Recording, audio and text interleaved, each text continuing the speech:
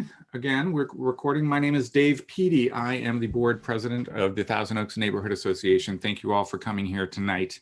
I'm going to turn the process of admitting people over to Lucia, who is the vice president of the board, and she's going to take over that responsibility. Sure.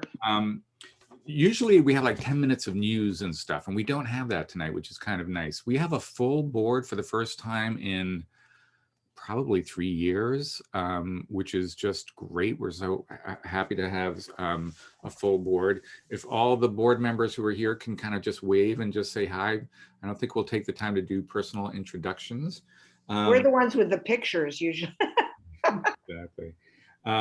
But I also do like to acknowledge that Thousand Oaks is on Ohlone land. This was stolen land, and we're grateful to the Ohlone people who are very much present and continue to be stewards of this land. So thank you to the Ohlone for allowing us to be here.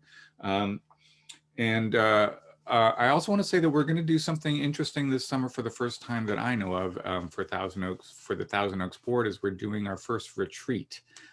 So looking forward to that, and otherwise we'll have the summer off, and the next meeting that we have will probably be in September. If you have ideas for things that you'd like to see at the next meeting, feel free to email tona.board@gmail.com, and we will definitely consider it for the next meeting. I'm going to turn this over to Ray Yep, who's one of our board members and is really one of the powerhouses behind the scenes, making sure that this city is moving forward toward a greener future, a future that helps in the fight against this climate crisis. To introduce folks, and I will step out of the way. Well, I'll add my welcome to everybody to this TONA general membership meeting. The TONA board discuss what kinds of topics are current and relevant, and the list is long, but I think that one subject that caught our attention is all the news about the drought and how climate change is affecting it. And so it's not sort of a fire season anymore, it's a year-round fire awareness, and that's kind of in our news all the time. So we got onto the subject of climate change, but we wanted to make it relevant to our neighbors right here in TONA.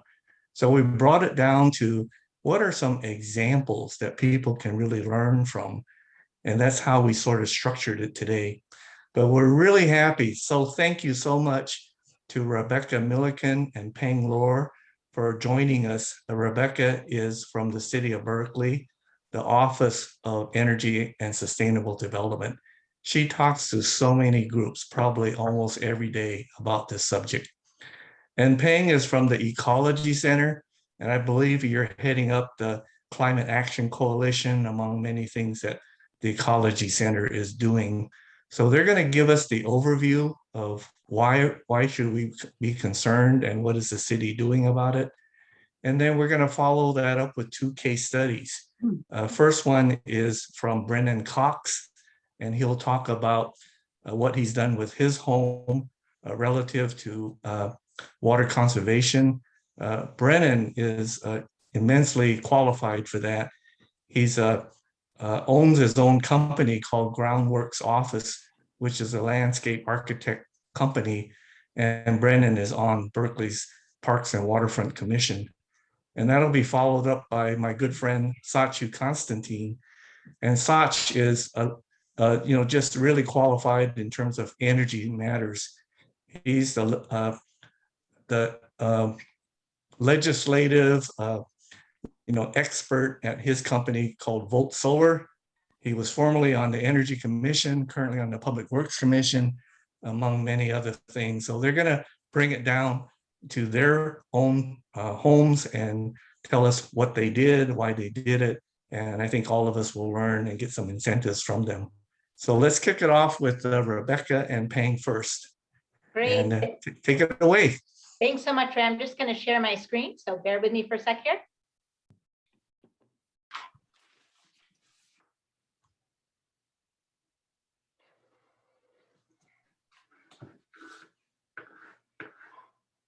Okay. Whoops. All right. Well, Ray, you already gave us a great introduction. So there's nothing more I need to say here other than we're really delighted to join you. And I'll mention that together, the city and the Ecology Center co-convene the Berkeley Climate Action, which you'll hear a little bit more about later. So just a quick overview of what we're going to do. Our presentation should run a little bit less than 15 minutes. We're going to kind of start off talking a bit about the city's emissions and climate goals, and then really look at, again, those individual actions you can take. After all the presentations, and that will be after, I guess, Brennan's and Sach, we'll have time for any Q&A. Just to let you know, it's hard for us to monitor the chat while we're presenting. So when we're done, we will look back and see what your questions are, and we'll be dropping a bunch of resources into the chat as well, as we mentioned them. Okay, so where do our Berkeley's emissions come from? You can see that our emissions are primarily from burning fossil fuels. That's gasoline and diesel in cars and natural gas in buildings. Becca, Yes. I'm not seeing your screen if you think you're sharing it. Oh my goodness. Let me see what is happening. Bear with me for a sec. Oh, There you go. okay. You know what happened? Well, that's better. That Yeah. I didn't press the share button. So thank you. Let me just get us back. Now you can see it. Yes. All right. Sorry about that. So that was our overview. It matches my background. Here's our agenda, which I already went through, where I mentioned that we'll be doing the Q&A at the end, and just that it's hard for us to monitor that chat. And lastly, here's where we are. So just give me 1 second. I'm just going to move my great. Okay. So I was talking about our emissions, and I was saying that it is mostly from fossil fuels in our transportation and from our buildings. And as you can see, the emissions don't come from the electricity we use, because our electricity is relatively clean. It comes from emissions-free hydroelectric power and renewable sources such as wind and solar. And if you look at other Bay Area cities, you're going to see a really similar pattern. So this picture, many of you may remember, is from September 9th, when that sky turned orange and dark from wildfire smoke. And it was a day I know that felt apocalyptic to many. So it's a real reminder that climate change is going to have many impacts on us, as Ray mentioned: extreme heat and drought and poor air quality, to name a few. And we need to act really fast to reduce greenhouse gas emissions, but we also need to prepare our homes and our buildings and communities for these impacts of climate change. And something that we kind of always want to draw our attention back to is we know that climate change, impacts our economy, our health, and it intensifies already existing racial and social inequities. So we are living in a time of overlapping crises with climate change and COVID and vast income disparities. And these impacts are not felt equally. So really, for the health of our community and our environment, we really have to prioritize those solutions that are going to help frontline communities. So I just want to provide a little bit of history here. We know that the challenges of climate change are very much now, but they're not new. And for many years, the city has been trying to address these challenges through multiple strategies and frameworks. And these are just two examples. Ray, I was just talking with him, was the chair of the Vision 2050 program, and now he's involved in implementing it. So you can talk to him about the specifics of it. And then in addition to the climate action plan and the other strategies, the city has set a lot of really ambitious goals, including one called Fossil-Free Berkeley, which basically means that in the future, we need to have all of our buildings and our cars run on clean, renewable electricity. Okay, so where are we? We're going to jump into transportation, the largest source of emissions in Berkeley, in California, and nationwide. So we know that walking and biking and public transit are definitely the best ways to reduce greenhouse gas emissions from the transportation sector. But the city is also working to try to increase options that are cleaner and available to everyone, regardless of their income, their ability, or their needs. So as of last summer, these electric mopeds joined the slate of options. They're fun, and they really help to advance transportation equity, allowing those who can't afford a car another clean transportation option. So the most impactful single thing you can do to combat climate change is to reduce trips in your gas vehicles. And while 2 wheels are certainly better than 4, as an electric bike or a moped, we know that many of us still need passenger cars in our lives. So I ask you to kind of consider making your next car electric, whether it's fully electric or a plug-in hybrid. So I just want to talk briefly about the cars. There's almost 70 different new plug-in models on the market today, with more coming.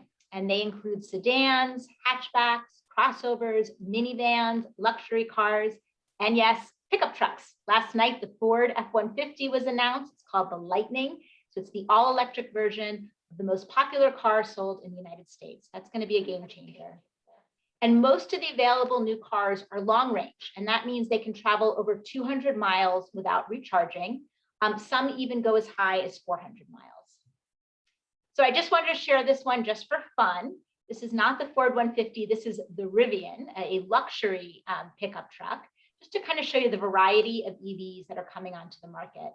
So for those of you who like car camping, this is kind of the ultimate experience. These Rivian should be coming out next month, and depending on which model, they have a 250 to 400 mile range.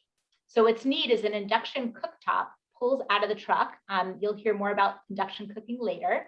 And the electric cooler is powered by the truck's battery. So no more trips into town to replenish melting bags of ice. And while plug-in cars are more expensive than their gas counterparts, there are many incentives that bring down the cost. Now, some of that's a little bit in flux right now with the budget, but most new cars are eligible up for $11,000 in incentives. And if you are income qualified, you may be eligible for thousands more. So while we're talking about costs, I really want to mention that there's really significant savings when it comes to electric vehicles. So, I don't know if you know how many parts a gas vehicle has, but it's around 2,000 moving parts. And electric motors are quite simpler. They only have about 20 moving parts. So there's no combustion to limit, just battery power to the wheels. So if you look at this slide, these are all the things you no longer have to do: change your air filter, get your smog, change your oil. And I like to say there is no catalytic converter to steel, which is in the news all the time. This is a service alert that came from my coworker. I put this in here for fun. This is for her Chevy Bolt. So, you get this alert telling you what you need to do for maintenance, and there was hers. So what do you have to do to an EV besides rotate the tires? Well, change the wiper blades, top off the windshield washer fluid, and inspect it every now and then. So Consumer Reports suggest that EV drivers typically save about 50% just on the maintenance costs compared to equivalent gas vehicles. So some of you may recognize this photo. This is from September 23rd of 2020, when Governor Gavin Newsom, through an executive order, banned the sale of new gas cars by 2035. So California is the largest vehicle market by state, and this announcement is going to influence the national market. It already has. 20 other countries have also made similar commitments, including Great Britain, Germany, and France.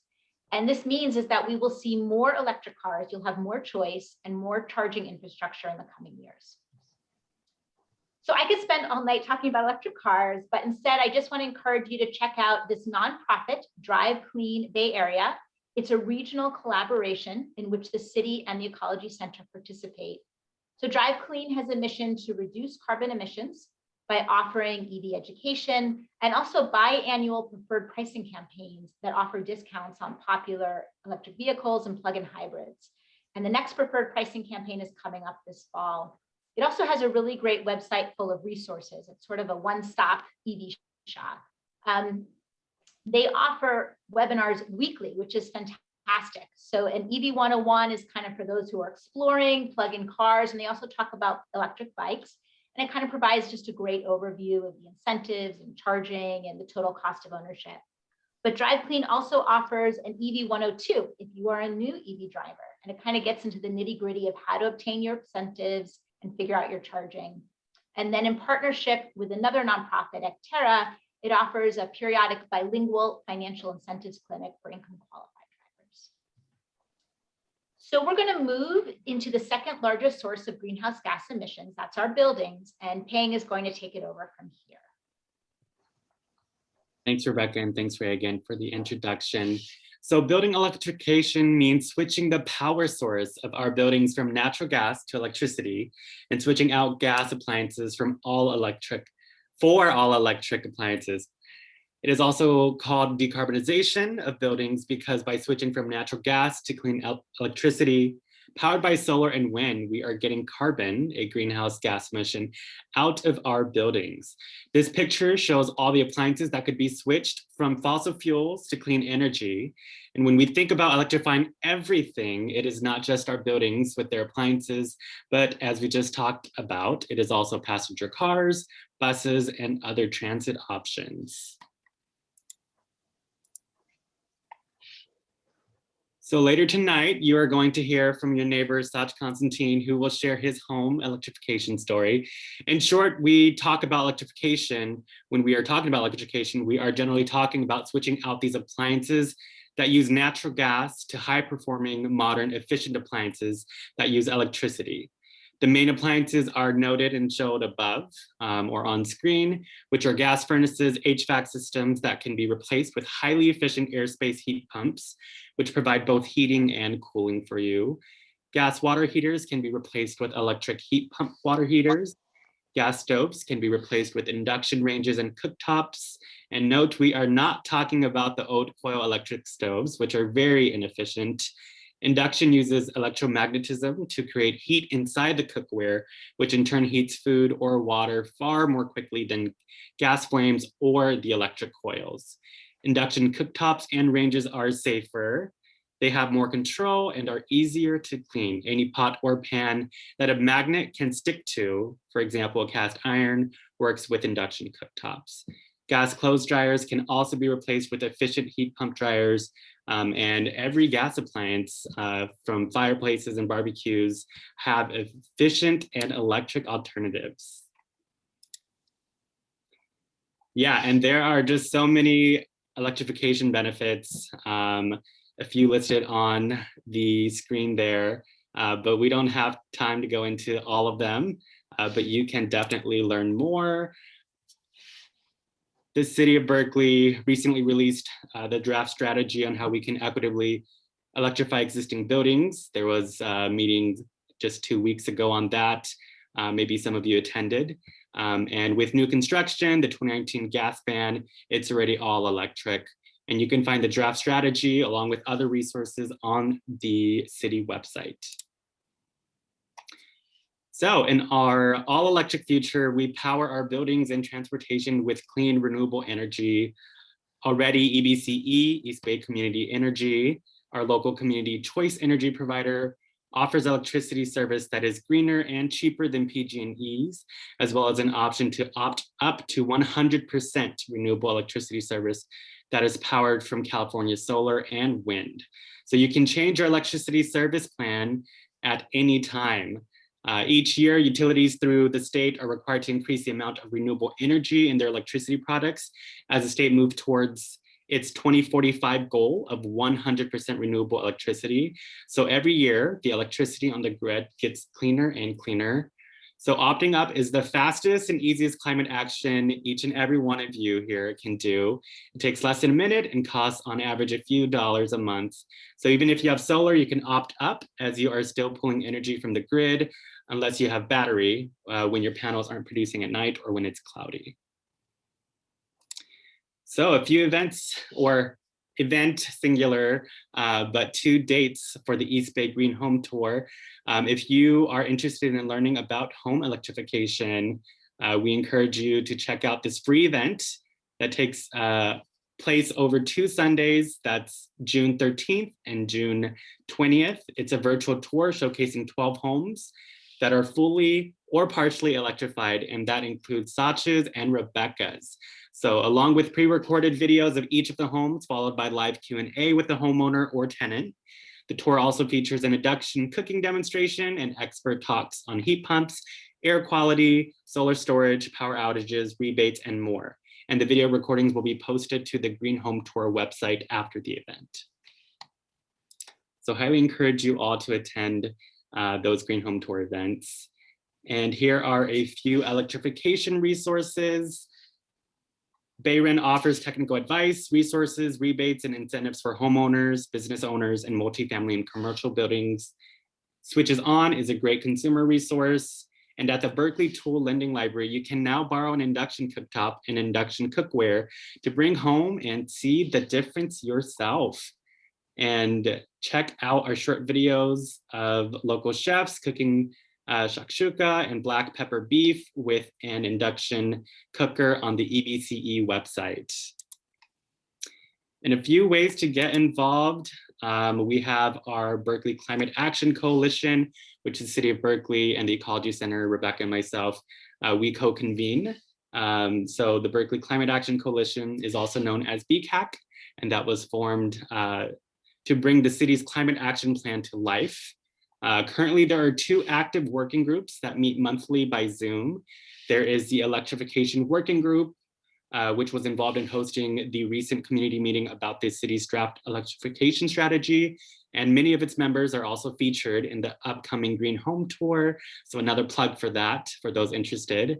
And the Environmental Health Group has played an important role really in highlighting the connection between climate issues, health issues, and challenges and solutions. And over the summer, they were really busy hosting some really great webinars. So if either of those groups interests you, feel free to reach out to Rebecca or myself. And if you also have an idea to start a new working group within BCAC or the Action Coalition, please also reach out to myself or Rebecca.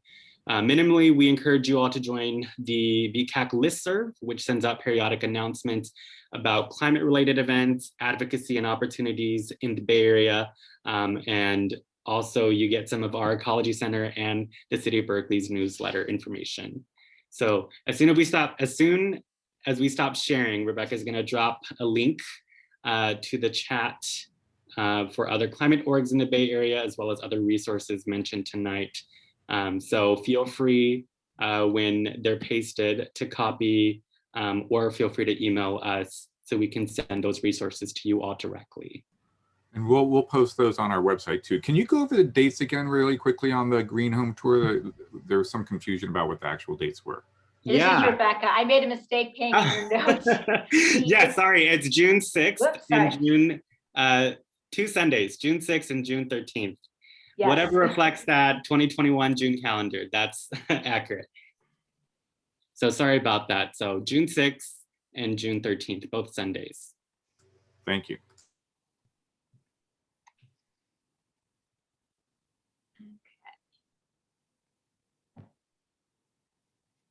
Am I up now? I think so. Is that Go right? for Or it. was Sachu going to go next? I can't remember the order. Yeah, I don't know the order. I'm happy to go either way. Go ahead, Sachu. Okay, Sach, you're on. All right, I'm on. Can I share my screen? Is that possible? You can now. Okay. All right, so let me get the right. I believe this is it. So you all should be able to see a slide there with the home electrification and decarbonization on. All right. So it's always hard to go second after an excellent presentation. It's especially hard because most of the initial content of what I was going to talk about, Rebecca and Pheng have already covered actually quite well. So let me try to just blaze through these slides and then just be available to answer questions about what I've done in my home. And the first thing I have to say as a caveat is I have not yet fully electrified my home. There is one piece of the puzzle missing, and you'll probably guess it by the end, but we'll talk about it. I'm working towards it. It's a long game that I'm playing with my wife and preferences inside the house. So I'll see if we can figure out which part of it that is. Just by way of introduction, Ray actually kind of gilded my resume a little bit. I do work in solar. I work for Vote Solar. I'm the managing director for regulatory. So this is actually my bread and butter. This and what Pheng and Rebecca were talking about is really central to everything that I do all day. So a lot of this investment that I made here was made purely so that I could walk the walk and not just be talking the talk. So when I get into the financials, just keep that in mind, right? Some of the I'm a very early adopter for some of these technologies, especially given my situation. All right. So why would you electrify your home or to try to decarbonize? It could be, and you've heard this, it could be because of climate change. Here's a dashboard. You might be thinking about temperature change, carbon dioxide concentrations, other things. It might be because you're a techie and you love this stuff. You want a smart home. And Pheng, that was a great slide. Your slide's actually better than mine. I want to borrow that. Or you might see some sort of cool factor in joining in the smart grid and just having the most modern home. But it's probably in the end going to come down to some question of money, comfort, convenience, and reliability, which is why we make many of the investments in our homes. And the decision to electrify is really not different from that. For me, when we moved in here to this home in 2006, solar was a no-brainer. I was already going to go solar. I was working at the PUC. This was on the left, you see the home as it was when we got it. And this is the home now, and you can just see some of the solar panels, same exposure here. There's actually a lot more on the house. I didn't show them all, but that was a no-brainer for me. The CSI program provided incentives, and I was already working in climate change. The rest of it, I had to wait for opportunity to knock. So in 2017, about 10, 11 years later, we decided to do some major renovations. We've been thinking about them, wanted to concentrate them all, do them at once. We were kind of redoing the kitchen and the bathroom. So you can see in the picture, in some of the rooms, we were down to the studs. We exposed a lot of the electrical work. We were able to reconfigure some walls and some closets. And that gave us an opportunity to replace the hot water, the heating, a lot of the lighting, to really think about expanding the solar. We put in more efficient appliances. All because that opportunity opened up. This was the old electricity panel. We had to upgrade that as well. Let me go through what some of those decisions were. For hot water, we had an 80-gallon gas-fired water heater, as many homes this size would have. You might have a slightly smaller one. Some people have a bigger one. 80 gallons is on the large side. We chose a Rheem, called the Rheem Professional Hybrid Heat Pump. It also has 80-gallon capacity. You pay about a $300 to $500 premium for this unit over a gas unit of the same quality. And there's quite a bit more installation involved. This is a Wi-Fi enabled unit, so it can plug into all of my home automation control systems. That silver duct that you see coming out of on the right of that picture, that's the exhaust from the heat pump. That is basically cold, dry air that has been extracted from the water. So the water heats up, and that cold air, I'm actually pumping it into a shed. So I have the semi-refrigerated shed as a result of having this hot water heater. For the HVAC, the heating and cooling, I didn't actually have cooling before. We took out two perfectly good, very highly efficient gas furnaces that fed 2 zones in our house. Again, this was a professional commitment. You wouldn't have done this normally. These were perfectly good gas heaters that worked, and they were very efficient. I replaced it with a Goodman 4-ton 18-tier 2-stage heat pump. That is quite a bit of a premium over the equivalent of a gas furnace. The unit itself is about $2,000, and it's about another $4,000 for the install. Might be more. We saved money because we did have the walls open, and we could do a lot of that work in a very convenient way. We put in smart thermostats. There's actually 2 of these in the house to control the different zones. I used Ecology, but there are many different models that are all pretty equivalent in terms of how they work. They're not expensive either. They range from free with certain appliances to maybe $100 or so, a couple $100 in some cases.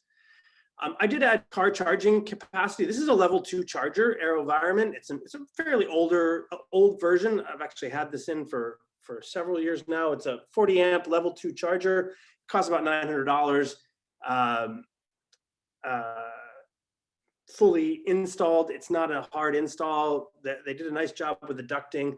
I also have a level 1 charger, but I bought a special plug for it. It's capable of running off a dryer plug, but it really just charges off a normal 240 volt plug at 16 amp. That was about $250. Both of them charge quickly. I'm laughing because this photo, you can see, I don't know if you can see the cobwebs. I never use the level 2 charger.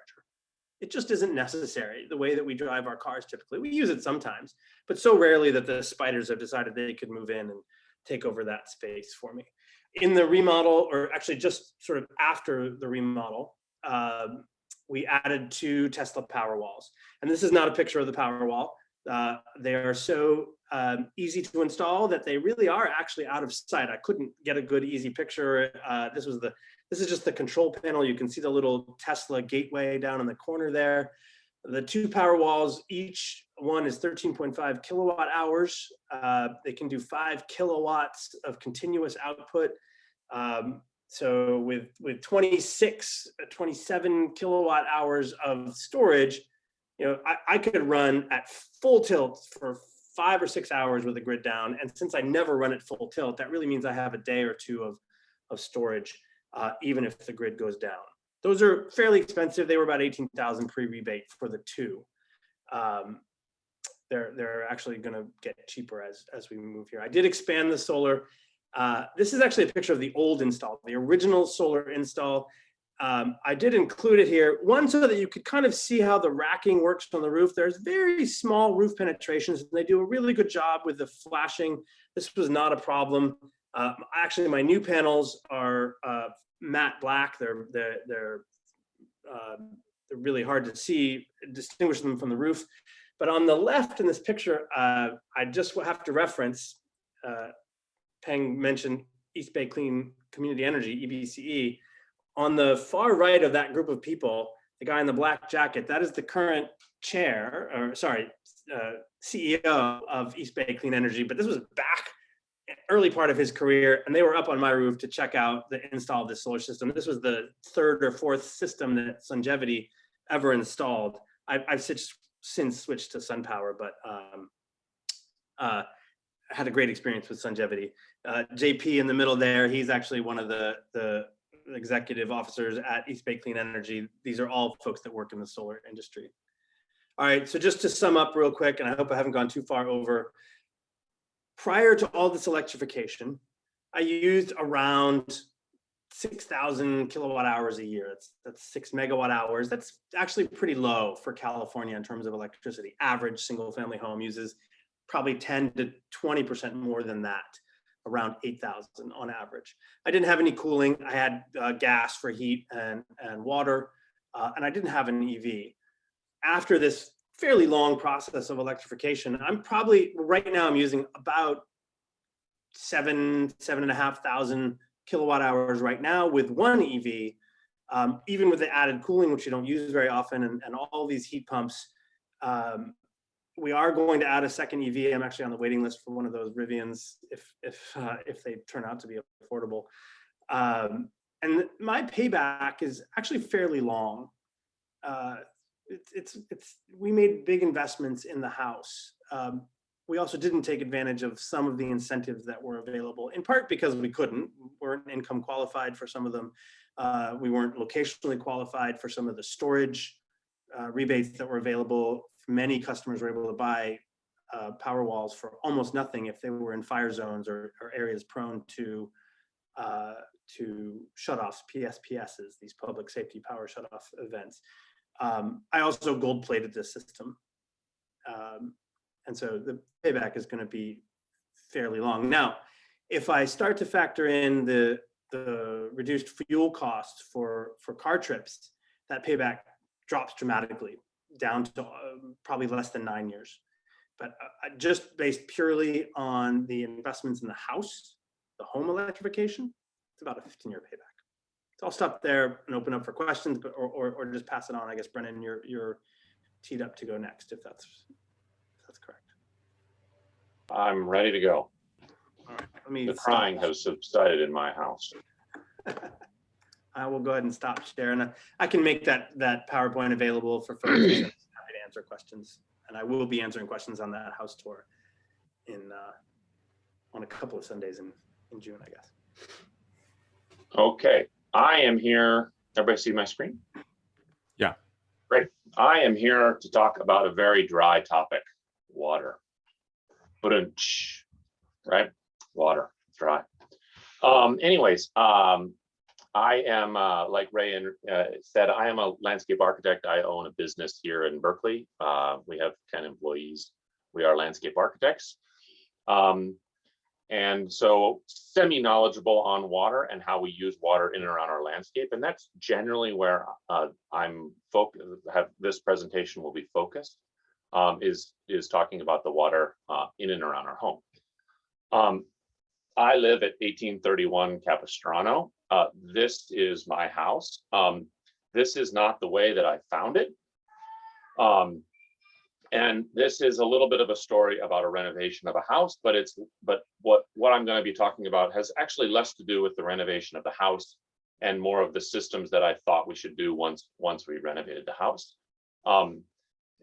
It's hard to not tell the story of the house and our real desire to try to keep as much that was original about the house, but when trees fall on the house and it's leaking and they're just required some massive changes.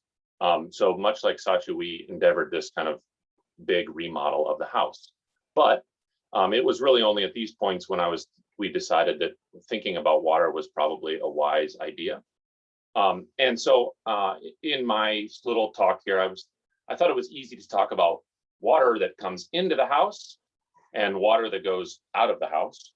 And while this is not has not been scientifically quantified, I think about 100% that comes in does in fact go out. That's a joke, but it's actually probably fairly accurate. And so what I wanted to talk about was water that comes out of the house in the form of gray water. And you can either say gray water or gra water, whichever you want. I'm not sure, still not sure how to spell which one and which one to use when, but they're basically the same thing. It's reusing water twice, basically, that comes out of your house. Per Alameda and the Berkeley building codes, you're able to use water that comes out of your clothes washer and out of your showers. I feel like I'm missing one. The rest are all considered black water and you're not able to use those. And as you can see, the permitting is fairly simple unless you're showering more than 250 gallons at a time, which you have other issues if that is the case. And so I thought in that vein, I thought we'd talk quickly about the ways that we use gray water in our house. And in the remodel where this black triangle is our shower. This is not an actual picture of the homeowner, it's just used for illustrative purposes. But our shower is plumbed. It has a valve on it. And all of that shower water runs into our front landscape through a series of simple PVC tubes. Now, this was something that we thought about during the renovation, but it's something that is very simple. Oops, sorry. The many questions that I get are, what about your soap and shampoo that you use?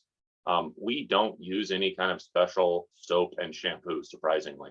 And the landscape does just fine. Many people ask, is this something that I can do? Can I do this? The answer is yes. And why? But how? Well, these are a few pictures of our house, and the one on the left is a three-way valve that was installed by code, required by code. And basically what it does is it's a valve that can either put the water into the sewer system or into your landscape.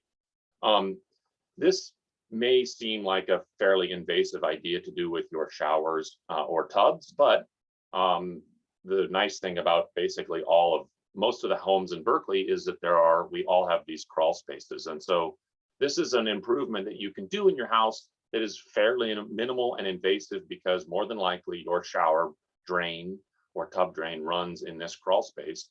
And it's something that's accessible by a plumber that can install a very simple three-way device. Is this something you should do yourself? It's probably not for your relationship with your significant other. I would advise to call a plumber. It would make the job probably a lot easier. Secondarily to this is about being water wise. And as a landscape architect, this is a little bit more of my specialty. This looks like probably where I grew up, and it was dominated by, Delta bluegrass.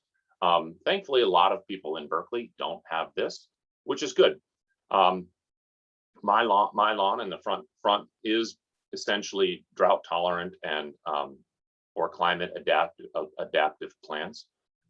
We get a lot of comments on this native mow-free lawn in the front. And it's a sod that we actually bought from Delta bluegrass. We have many other plants that are also kind of drought tolerant. I know that one of them, feathergrass, is somewhat considered invasive, and we can argue that on another time. But it's supported by other low water use and drought tolerant plants. We have 3 boys and they eat tons of avocados. We actually are trying to grow an avocado. If I ever see you taking one of the avocados off my tree, there will be dire circumstances. We've only gotten about 5, so they are literally like gold for us.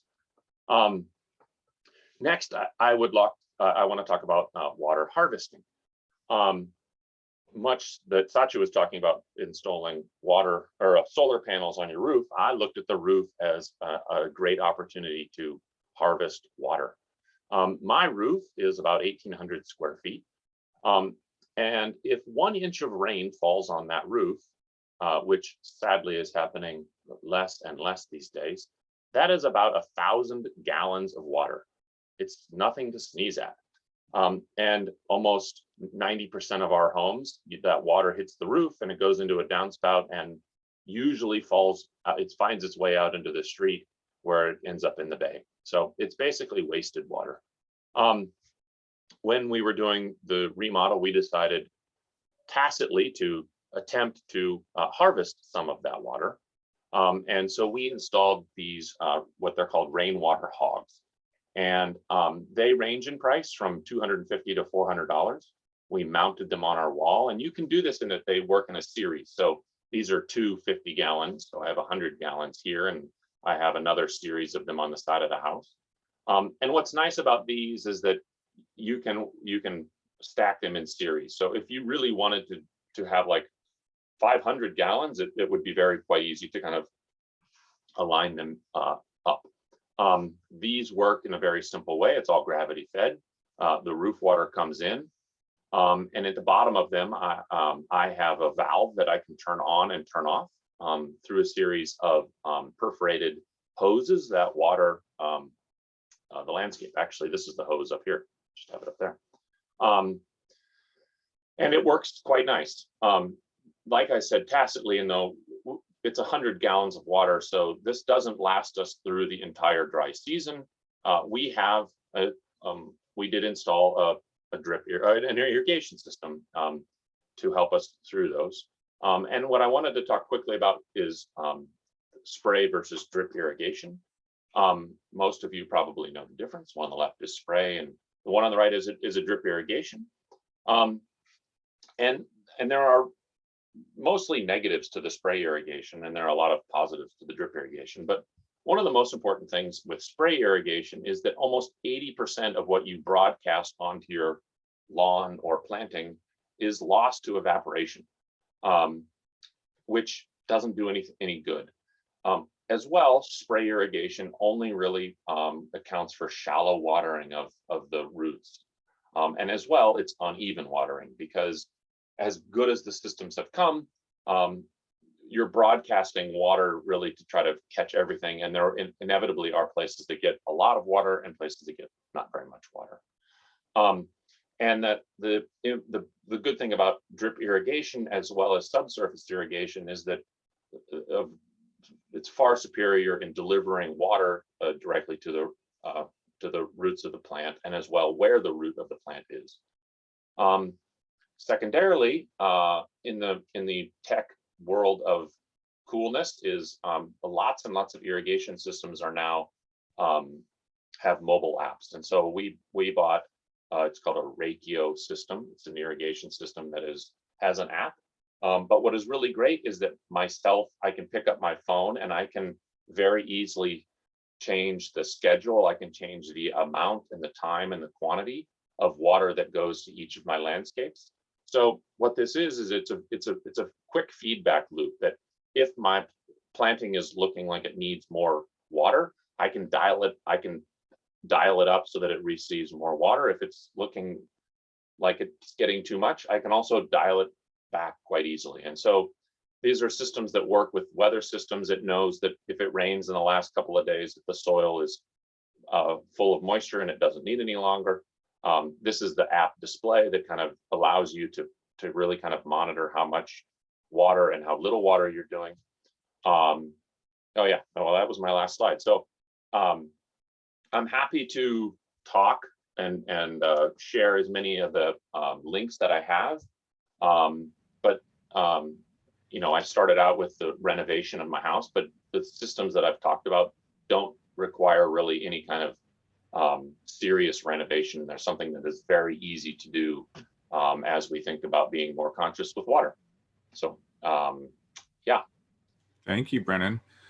So what we're going to do now, we're doing a little bit of a time check. We're at 7:50, and I want to make sure that we're able to answer all the questions. I don't know how much we'll be able to sort of group them. They might be a little bit scattershot. We've been pulling questions from the chat, but also people did email them to us ahead of time. And so I'm going to kind of go through the list and basically ask whoever is relevant, you know, whoever it's pertinent to, just kind of speak up and answer of the presenters tonight, if that's okay. So the first one actually probably has more to do with some resources that you already put online in the chat, Pheng, which is if people want to know more about home battery storage, how it works, how much it costs, who does it, tax credits, where's a good like main source of information about that, specifically, you know, here in California with incentives, but also specifically in Berkeley.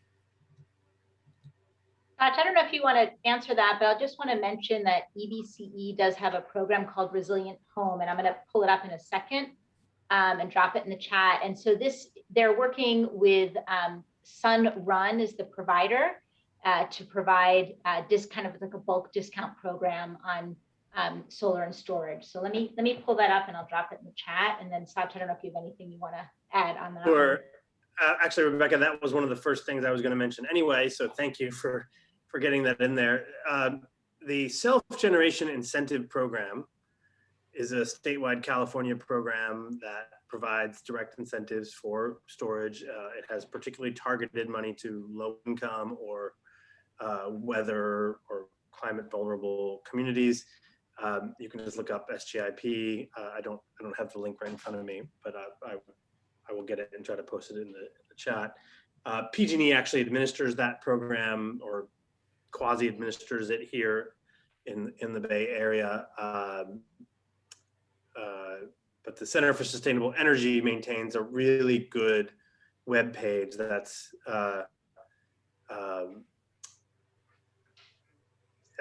energycenter.org.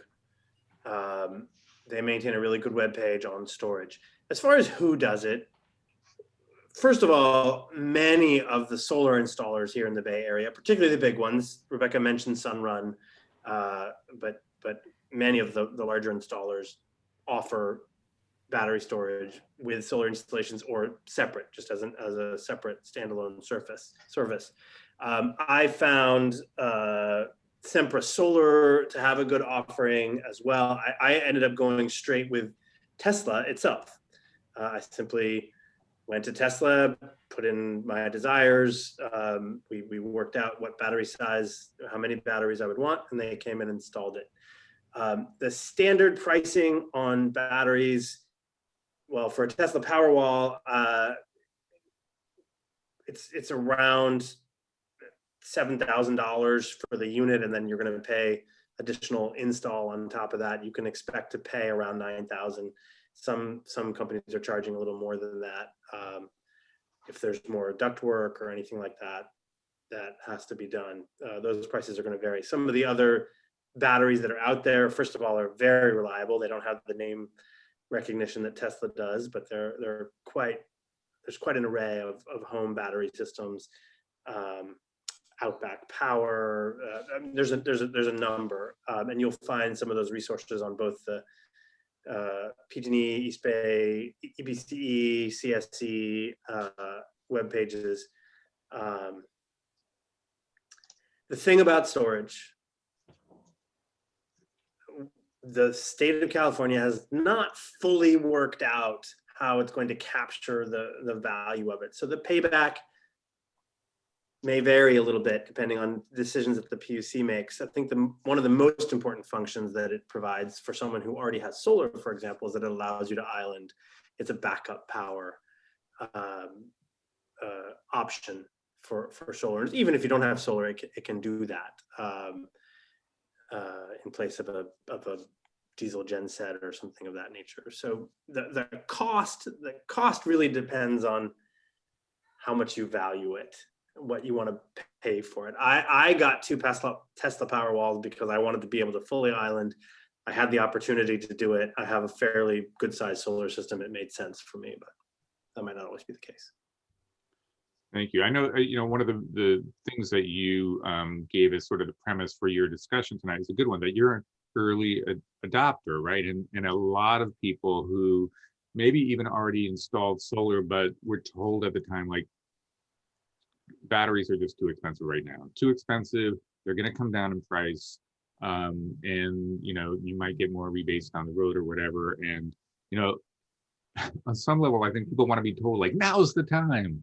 And it's not, there's no sort of point, right? It's everybody has to find the moment that works for them, what their assets are. Obviously, everything that's being talked about tonight. I mean, some of these things and the batteries have huge sticker, prices. So you have to kind of find what you're comfortable with. And someone put in the chat about, they don't use enough electricity to have sort of the costs offset quickly enough. And it's so interesting that someone who's being efficient doesn't have the incentive to become more sort of electrify their electrification of their entire house. So it's sort of an interesting issue. I don't know if you have any comments on that, but I think you've kind of addressed it. But well, I think you summed it up very nicely. So okay, thank you. Okay, we are going to bop around a little bit. I'm just kind of taking these in the order that they were sent to us ahead of time. This one has to do again with gray water and specifically around the fact that tying it into the fact that there's a drought, that there's fire seasons, and specifically that people often use their gray water or any kind of watering. They kind of forget about the trees, that they tend to sort of focus on, like their food garden and their flowers, but making sure that your trees remain healthy is super vital, especially in the hills. Avoiding things become a tinderbox. And I know I am one of the people who has fallen into this trap, right? Like, our dog chewed up our entire irrigation system, and our poor trees have been suffering. I have to go out there and manually water, and trees often get forgotten about, and it's not immediately obvious. So I don't know, Brennan, if you want to sort of step in and talk a little bit more about your gray water system, how the trees work with it. Also, we got some questions about gray water specifically.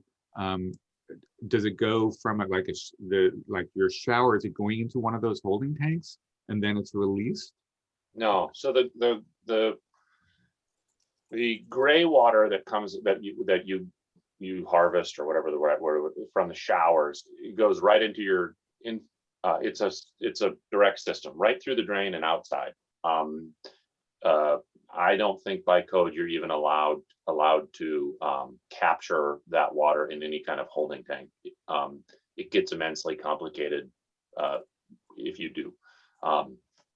So the gray waters, when it comes to the showers and the your laundry is something that is a pipe that goes from the laundry or shower out of the house and into the landscape. And those are generally like 2, 3, 4-inch PVC pipes that essentially are just perforated with, they're wrapped in filter fabric wrapped, and it's good to have a system that disperses that water in a series of smaller and smaller pipes. One of those is something that you could tie directly to a tree, so that every time you're showering, it could water any of the trees in your landscape. The water off of the roof is indeed something that you can capture and put in the tanks that I talked about. And that's a system that is basically hooked up to your downspouts, your existing downspouts. I had kind of an image there, but essentially those gray water tanks are, they have to be put where you have downspouts from your, usually at the corners of your house. And so, yeah, the water off of your roof into the gutter and into the gray water holding tanks. You mentioned that you don't pay attention to the soaps and detergents that you use, and it's not an issue, but would it be an issue if you're watering an edible garden? Probably. Good answer. I think it would also be, it's probably different as well if you are doing it. My suspicion, I guess, with your laundry detergent, I don't know if laundry detergent is harsher than detergent you're using on your body in this terms of hair and soap, but as a fraction to the amount of water that you're using, it's not very much. And as well, I think that it's distributed in the soil. So I don't think that it has that as much of effect on plants. Right. When it comes to vegetable gardens and the like, I don't have that information, so I really be hard to answer. Okay. Actually, Brennan asked an interesting question in the chat, and Rebecca responded to it already, and so I'll let you do that a little bit, but it has to do with what he calls embodied carbon, and he was talking about specifically with regard to cars, but he also talks about how it's considered in architecture, and then Sachu also commented on this, like the opportunity, right, that can arise, but sometimes opportunities make it difficult because you're all of a sudden having to make decisions in really quick scenarios. Like, for instance, recently our hot water heater just crapped out, and we had to there's room in this little tiny closet in our old tiny house we had like a 30-gallon tank compared to your 80-gallon tank, and so there's very little that can fit in there. In addition, for us to bring electrification into the water heating component, it meant that we'd have to, get an electrician out here, get a new panel put in, run the 240 out there. I mean, that takes time. We were already a week with no hot water. It's one thing for me and my wife to go through, but we have a tenant in the house as well. And how long do you make them suffer? So there's this thing that's an opportunity, but it's also like this time pressure when electrification takes more time, right? Like, and I think you talked about like, Absolutely. Yeah. And so is one thing. This is a huge issue when we talk about moving to a carbon-free world. How many years does it take to turn over the car fleet? How many years does it take to renew the housing stock? Cars last on average probably 12 or more years. We have hundreds of millions of cars on the road. This is a decade-long approach, and houses are that much longer to transfer, and you run into all the problems that you have. Most of the time, we replace these appliances in an emergency, right? In the dark of night, in the middle of a storm. I need this service. I can't wait to upgrade my utility panel. That's exactly right. So the complement to all of this, to sort of the voluntary, I do this when I get a chance to, or if I can really think about it, the complement to it is all new construction, all major retrofits are required by standard and by building code. And you've heard some talk maybe about the new building code upgrade that's coming out for the 2022-2023 cycle from the CEC. It's basically going to make it so that any of those activities, new build or remodel, put in the new panel. They put in the conduits so that your house is ready. So when you're in that situation, if you haven't already done it because it makes sense, when you're in that situation of replacing an old appliance, it will be easy. It will be the default to go to a heat pump as opposed to a gas-fired, old-fashioned or electric resistance heater. So this is a great point, right? And I do want to stress that, right? A lot of this that I did was A, because I'm walking the walk, and B, because I had that opportunity where everything was open and exposed, and that was the time to do it.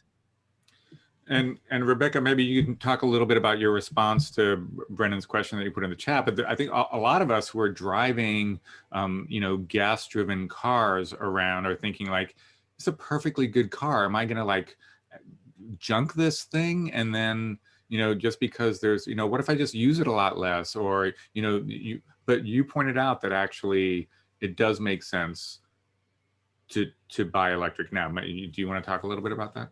Sure, and I don't have the study on the tip of my fingers, but I collaborate through that Drive collaboration with folks who are doing EV education and outreach and advocacy. And over again, this question comes up, and I'll find that study. But yes, ditch the car. I mean, put it out in the used market. Someone's looking for a used car, let them drive it to the ground. But it's not just the vehicle itself, as we said. It's it was very extractive processes to get that gasoline to you. So, yeah. In general, I will just say this argument is used often to say, we shouldn't build new buildings. We shouldn't build new cars. I think Rebecca made the point very strongly. If you can avoid owning or operating a car at all, that's the best option. But we really can't avoid owning and operating homes. And we shouldn't, and we need to build more of them for more people, and they need to be more affordable to live in. The time it takes to overcome the embedded carbon in most buildings is a fraction of the lifetime of that building or of the appliances that you put in it. It really, there is an accounting that has to happen there, but it does not make sense to delay those upgrades if you have the opportunity based on embedded carbon, certainly in the housing sector. Yeah, just a counterpoint. The reason I was asking that was because in many of the projects that I work on, which are large redevelopment projects or a Google campus, is that there is this, and especially in architecture, there is this talk of embodied carbon. And if you have a building that's built, 5-story building, whatever, there is a substantial amount of carbon that goes into building that building. I understand that the systems are to that point, understandable that you can replace systems, but I was asking the question, I think, and as well, but I was asking that question with regards to the amount of carbon that it does to mine for these, the batteries and that, whatever the materials are that go into the batteries. And so it's just we just got an electric car, and, I'm asking it out of the thought because we do other embodied carbon ideas. And it's a great question.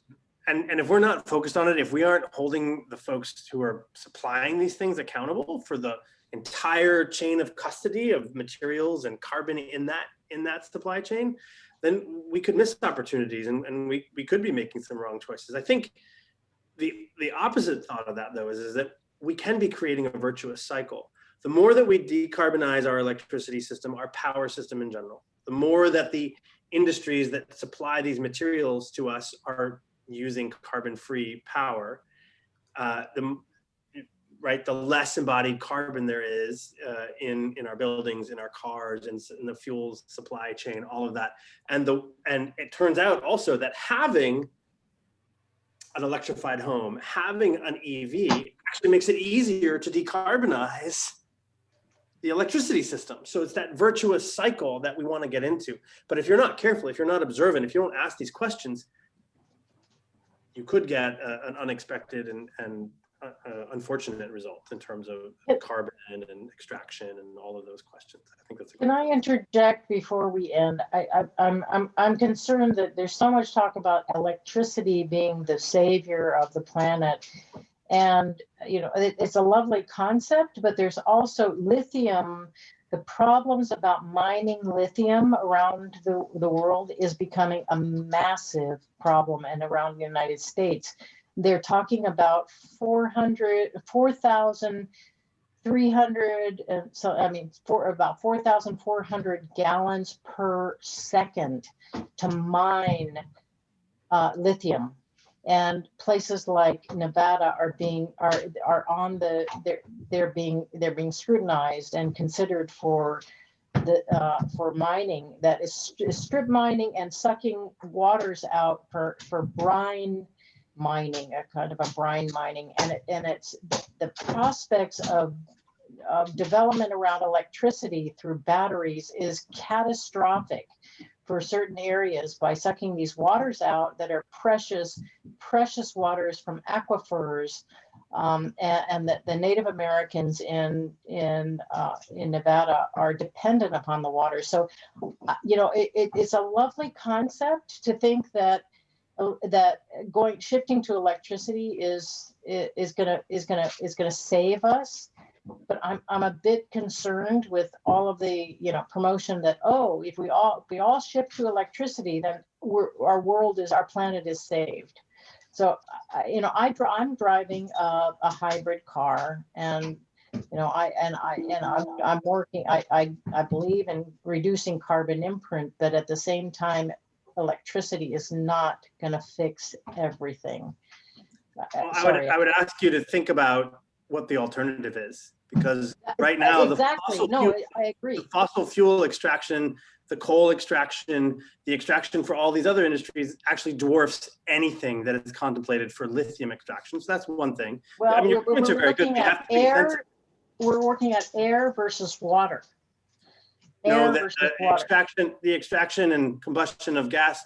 We had to retire several gigawatts of once-through cooling plants in California that just take that water out of the ecosystem, put it through the plant. It's then contaminated. It has to be treated and disposed of and stored, and all of that is directly related to fossil. So you have to ask what you're comparing it to. Lithium is related to fossil, because lithium mining requires massive amounts of water. So I just want to put that in. This is a hugely controversial field. So, but I just want to say that it's not the elixir. We're not going to cure everything if we switch to electric. It's more about reduction of population, a reduction of the use and our consumption that is going to be helpful. But even that. So Thank you.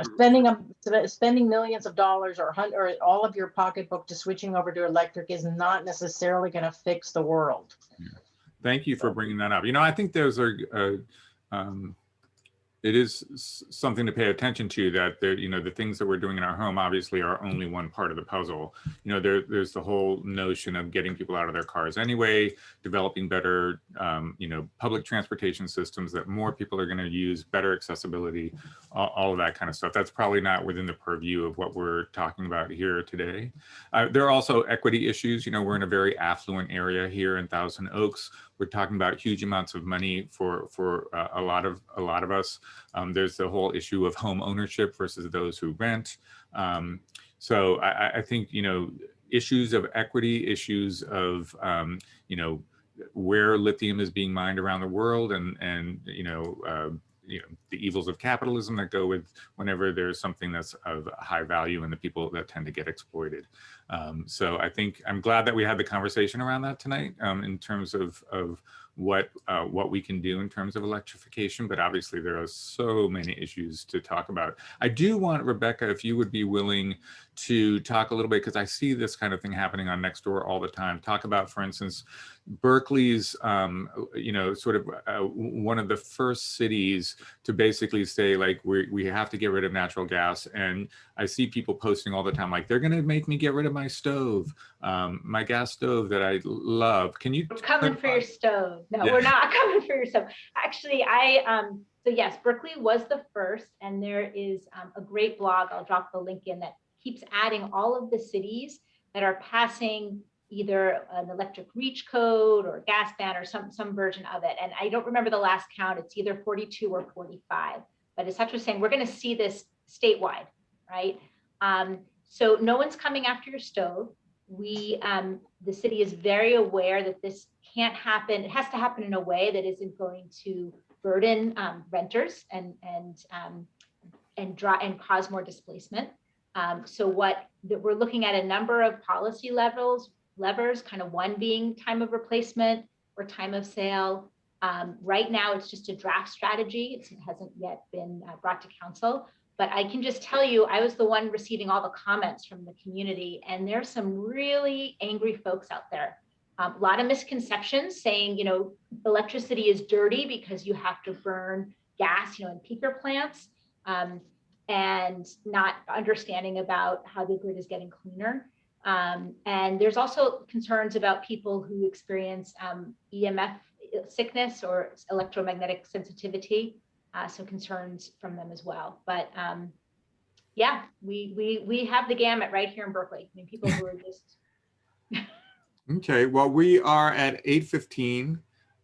There are some other questions. What I'll do is I'll kind of put them to the panel and we will try to get answers. I tend to, at 75 minutes, I start fading. This is my 4th Zoom call for the day. So I don't expect other people to stay on here too long. But first of all, I just want to thank everyone who came to share, those of you from the city and the Ecology Center, and those of you, Brennan and Sachu, who are willing to share your own personal experiences.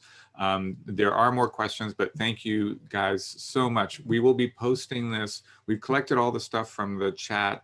We'll be posting all the links that you've provided. I think we'll probably put them on our website under the meeting page. And we'll also try to get some of the other answers. We have a Facebook page that we do post on. We'll try to do a little bit of a wrap up in the next newsletter that we do. I don't know if you guys are familiar with the Thousand Oaks Neighborhood Association newsletter, but we actually print old school paper, that's right, paper, and hand deliver them to every single household in all 1,850 households in Thousand Oaks. So we'll be getting the word out that way, as well as our mailing lists and everything. Thank you all for who. Thank you, David. Thank you, David, so much for all your dedication to all of us in the community. I so appreciate seeing your name on Nextdoor and in here in TONA. Thank you so much. Oh, well, that's very sweet. Thank you so much. Well, and Judy, your puppy does win the cutest puppy of the evening in the Zoom call. So anyway, thank you everybody for coming. Thank you. Thanks Thank so you. much. Bye-bye. Bye. Thank you all. Bye. Good night.